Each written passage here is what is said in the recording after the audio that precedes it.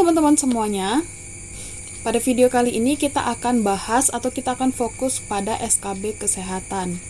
Pada video kali ini kita akan membahas salah satu materi yang akan keluar nanti pada saat ujian tes SKB kesehatan. Nah, itu adalah cerdik. Oke, kita langsung aja masuk ke pembahasannya.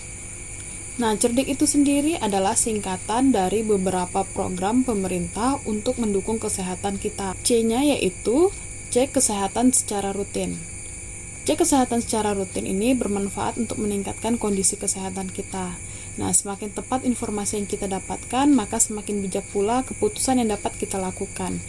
Cek kesehatan dilakukan secara rutin, minimal 1 kali dalam setahun. Nah, teman-teman bisa lihat ya, cek kesehatan ini ada berbagai macam, itu seperti cek tekanan darah, di mana tekanan darah adalah salah satu cara deteksi dini untuk adanya risiko hipertensi, stroke, dan penyakit jantung. Kemudian yang kedua adalah cek kadar gula darah, di mana cek kadar gula darah ini menunjukkan kadar glukosa dalam darah, sehingga hasilnya dapat membantu kita untuk mendeteksi risiko diabetes. Kemudian cek kesehatan yang ketiga yaitu pantau berat badan, di mana lemak perut jika berlebihan akan memicu masalah kesehatan yang serius seperti serangan jantung, stroke, dan diabetes. Nah, untuk memantau ini ada ukurannya ya teman-teman, atau standarnya, di mana batas aman lingkaran perut untuk pria itu kurang dari 90 cm dan untuk wanita itu 80 cm. Kemudian kita juga bisa menghitung indeks massa tubuh ataupun perhitungan jumlah berat badan normal yang tepat sehingga dapat dihitung dari tinggi dan berat badan seseorang untuk menentukan apakah dia kondisi tubuhnya adalah normal, kurus, sangat kurus, ataupun obesitas. Nah, selanjutnya adalah cek kolesterol, di mana untuk menjaga kesehatan disarankan Anda menjaga kolesterol LED Anda di bawah 100. Nah, jadi kolesterol itu terdiri dari dua, ada LED sama HDL. LDL ini dikatakan sebagai kolesterol yang jahat atau yang buruk, kemudian HDL ini dikatakan sebagai kolesterol yang baik. Kemudian cek kesehatan selanjutnya yang kelima yaitu cek arus puncak expirasi. Nah, pemeriksaan arus puncak expirasi ini adalah salah satu pemeriksaan kesehatan untuk menilai fungsi paru. Pengukuran ini biasa dilakukan pada penderita asma atau berbagai penyakit paru obstruktif. Yang keenam yaitu deteksi dini kanker leher rahim. Cara yang paling umum untuk deteksi dini kanker leher rahim adalah dengan melakukan tes pemeriksaan secara berkala, yaitu tes pap smear atau tes IVA. Nah, untuk keterangannya teman-teman bisa lihat ataupun baca sendiri ya di sini di tampilan ini. Kemudian yang ketiga adalah sadari ataupun singkatan dari periksa payudara sendiri. Nah, ini untuk mencegah ataupun untuk mendeteksi apabila adanya kemungkinan adanya kanker di payudara. Untuk informasi lengkapnya teman-teman bisa baca ya di layar ini. Nah, teman-teman, tadi kan kita sudah bahas yang huruf C. Nah, sekarang kita akan bahas huruf E, yaitu enyahkan asap rokok. Di mana pada huruf E ini kita dianjurkan untuk tidak merokok, di mana untuk menghasilkan udara sehat tanpa asap rokok. Karena tidak ada batas aman untuk rokok. Nah, terus jangan lupa kalau kita itu ada orang lain, ada keluarga, ada anak yang terganggu haknya untuk mendapatkan udara segar untuk hidup sehat tanpa asap rokok. Kemudian teman-teman harus ingat juga bahwa kawasan tanpa rokok itu ada tempat belajar, kemudian pelayanan kesehatan, tempat ibadah, tempat bermain anak, angkutan umum, tempat kerja, terminal, stasiun, dan bandara. Kemudian hak masyarakat untuk mendapatkan informasi dampak kesehatan akibat rokok dengan adanya peringatan kesehatan berbentuk gambar di bungkusan rokok. Kemudian ini adalah penyusun ataupun zat-zat yang terkandung dalam rokok dan bahaya-bahayanya. Kemudian huruf yang ketiga dari cerdik itu yaitu R. R adalah singkatan dari rajin aktivitas fisik. Ini adalah setiap gerakan tubuh yang diakibatkan kerja otot rangka yang dapat meningkatkan pengeluaran tenaga ataupun energi. Nah, di mana aktivitas fisik ini dapat dilakukan di rumah, di tempat kerja, di sekolah, ataupun tempat lain yang termasuk aktivitas fisik lainnya yang dilakukan untuk mengisi waktu senggang sehari-hari, di mana ini bermanfaat sekali untuk kesehatan tubuh kita. Nah, aktivitas fisik ini ada yang ringan dan ada yang sedang. Nah, di mana intensitas ringan sampai sedang itu minimal 10 menit setiap hari. Intensitas sedangnya itu adalah 30 menit setiap hari. Kemudian teman-teman, di huruf yang keempat yaitu D adalah singkatan dari diet seimbang. Di mana pada poin ini kita diatur untuk mengatur porsi makanan kita dan mengetahui kandungan dari makanan kita. Nah, seperti ini ya, piring makanan di mana ada lauk pauk, buah-buahan, makanan pokok, dan sayuran, dan ini ada dibagi-bagi berdasarkan porsinya. Kemudian kita juga harus memantau berat badan secara berkala. Nah, hal ini dilakukan untuk mencegah berbagai penyakit tidak menular. Kemudian keseimbangan energi ditunjukkan dengan tercapainya berat badan yang normal. Berat badan normal ditentukan berdasarkan indeks massa tubuh atau IMT dengan rumus seperti berikut. Nah, di mana kita mencari ataupun cara perhitungan IMT yaitu berat badan dibagi tinggi badan dikali tinggi badan. Nah, satuannya teman-teman harus perhatikan ya. Berat badan itu satuannya adalah kilogram dan tinggi badan adalah satuannya meter. Kemudian di huruf D ini kita diingatkan untuk membatasi konsumsi gula, garam, dan lemak, di mana setiap harinya itu teman-teman maksimal kita hanya boleh 4 sendok makan gula, 1 sendok teh garam, kemudian 5 sendok makan lemak. Nah, huruf yang kelima yaitu I, istirahat yang cukup. Nah, di mana kita butuh istirahat ataupun tidur berdasarkan usia kita. Pola tidur yang dijalani sebagian besar orang adalah pola tidur selama beberapa jam dalam satu waktu tertentu. Namun sebagian orang mengabaikan pola ini dan memiliki kebiasaan tidur di mana dan kapan saja yang mempengaruhi pengaturan hidup sehari-hari. Pola tidur yang dijalani sebagian besar orang adalah pola tidur selama beberapa jam dalam satu waktu tertentu. Namun, sebagian orang mengabaikan pola ini dan memiliki kebiasaan tidur di mana dan kapan saja yang mempengaruhi pengaturan hidup sehari-harinya. Nah, ini adalah kebutuhan tidur sesuai usia, di mana mulai dari 0 sampai dengan usia di atas 40 tahun. Nah, teman-teman, apabila kita kekurangan istirahat atau kita kekurangan tidur yang cukup, ini ada 7 ancaman akibat kurang tidur. Nah, yang pertama hilangnya fokus saat berkendara, kemudian hilangnya konsentrasi saat belajar, kemudian munculnya obesitas, sering lupa, stres yang meningkat, kemudian kulit terlihat lebih tua, dan yang terakhir adalah memperburuk kondisi kesehatan tubuh. Jadi, perlunya istirahat itu untuk menghindari kita dari beberapa penyakit ataupun gangguan-gangguan tadi. Kemudian huruf yang terakhir untuk melengkapi kata cerdik adalah K. K ini adalah kepanjangan dari kelola stres. Nah, stres itu sendiri memiliki gejala, di mana gejalanya itu kita sering gelisah, muka pucat, jantung berdebar, kemudian nafsu makan kita berkurang, sulit tidur ataupun tidurnya tidak nyenyak, kemudian sulit untuk berkonsentrasi.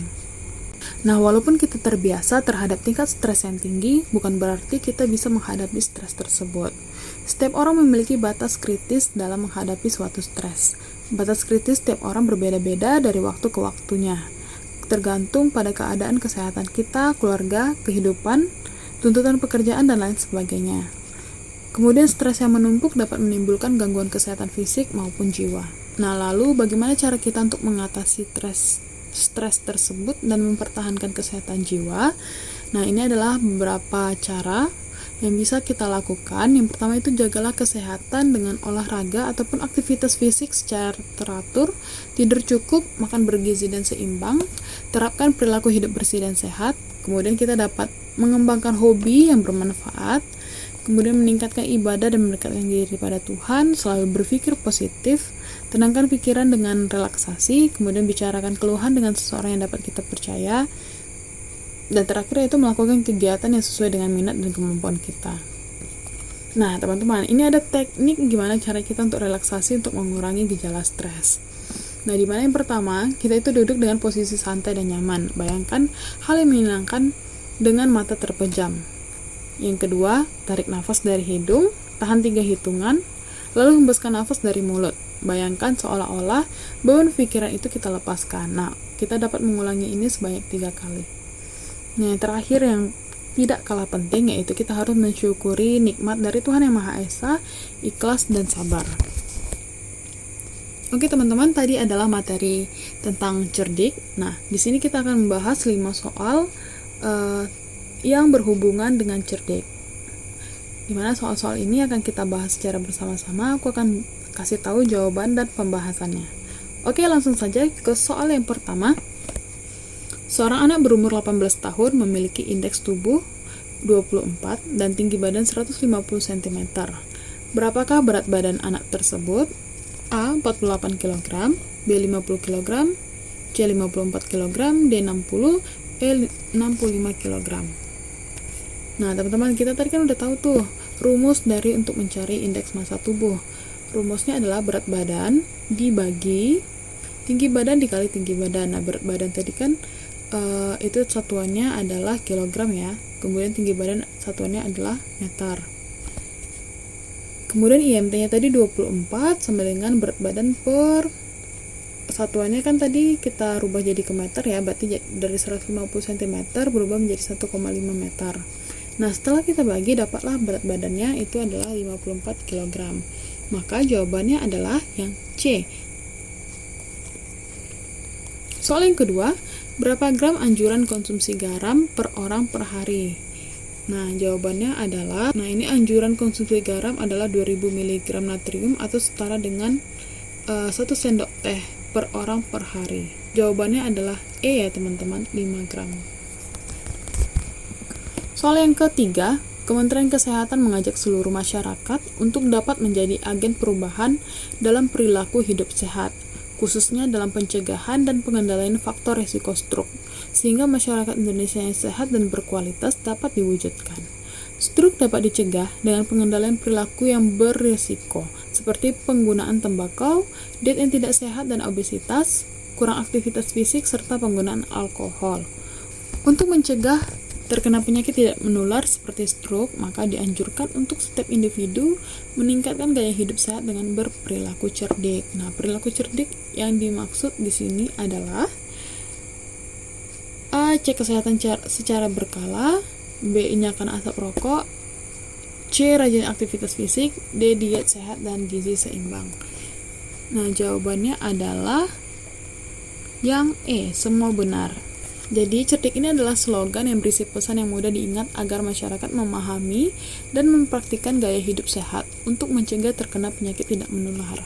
Kemudian, cerdik ini merupakan slogan utama dalam upaya kesehatan berbasis masyarakat yang dikembangkan oleh Direktorat Pencegahan dan Pengendalian Penyakit Tidak Menular dalam wadah Posbindu PTM yang dibina oleh 4.820 puskesmas di seluruh Indonesia untuk menggerakkan masyarakat melakukan deteksi dini dan memonitoring faktor risiko penyakit tidak menular ini. Kemudian perilaku cerdik masyarakat yaitu yang tadi ya, singkatan dari cek kesehatan secara berkala, hindari asap rokok, rajin aktivitas fisik, diet sehat dan gizi seimbang, yang E istirahat yang cukup, dan yang terakhir adalah kelola stres. Soal yang keempat, salah satu program cerdik adalah rajin aktivitas fisik. Aktivitas fisik yang dimaksud di sini adalah setiap gerakan tubuh yang diakibatkan kerja otot rangka dan meningkatkan pengeluaran tenaga atau energi. Aktivitas fisik ini dapat dilakukan di rumah, di tempat kerja, di sekolah, di perjalanan, di tempat umum, termasuk aktivitas fisik lain yang dilakukan untuk mengisi waktu senggang sehari-hari. Manfaat yang didapat ketika melakukan aktivitas fisik ini adalah A. Meningkatkan keseimbangan, B. Mengoptimalkan tumbuh kembang, C. Mengurangi resiko kematian dini, D. Meningkatkan kerja otot jantung paru, kemudian yang E adalah semua benar. Nah, jawabannya adalah semua benar. Manfaat aktivitas fisik ini teman-teman dapat baca pada layar ini ya, pada slide yang ini. Oke, soal yang kelima. Cerdik adalah suatu strategi komunikasi dan kampanye sebagai edukasi yang dilakukan di berbagai tatanan masyarakat, mulai dari sekolah, rumah tangga, tempat kerja, tempat ibadah, dan tempat-tempat umum. Cerdik merupakan suatu singkatan huruf K dari kata cerdik, artinya A. Kelola stres, B. Kelola makanan sehat, C. Konsumsi makanan sehat, D. Kurangi stres, E. Kurangi makanan saji. Yang A. Kelola stres. Nah, ini ya teman-teman kepanjangan dari cerdik. Oke, baiklah, itu adalah soal terakhir kita. Nah, semoga teman-teman bisa mengerti salah satu materi yang akan diujiankan nanti pada ketika teman-teman ujian SKB Kesehatan. Semoga bisa membantu teman-teman untuk mengerjakan soalnya dan mengerti apa itu cerdik dan bagaimana contoh soal materi cerdik ini. Terima kasih. Sampai bertemu lagi di video selanjutnya. Terima kasih sudah menonton video ini. Jangan lupa like, komen, dan subscribe.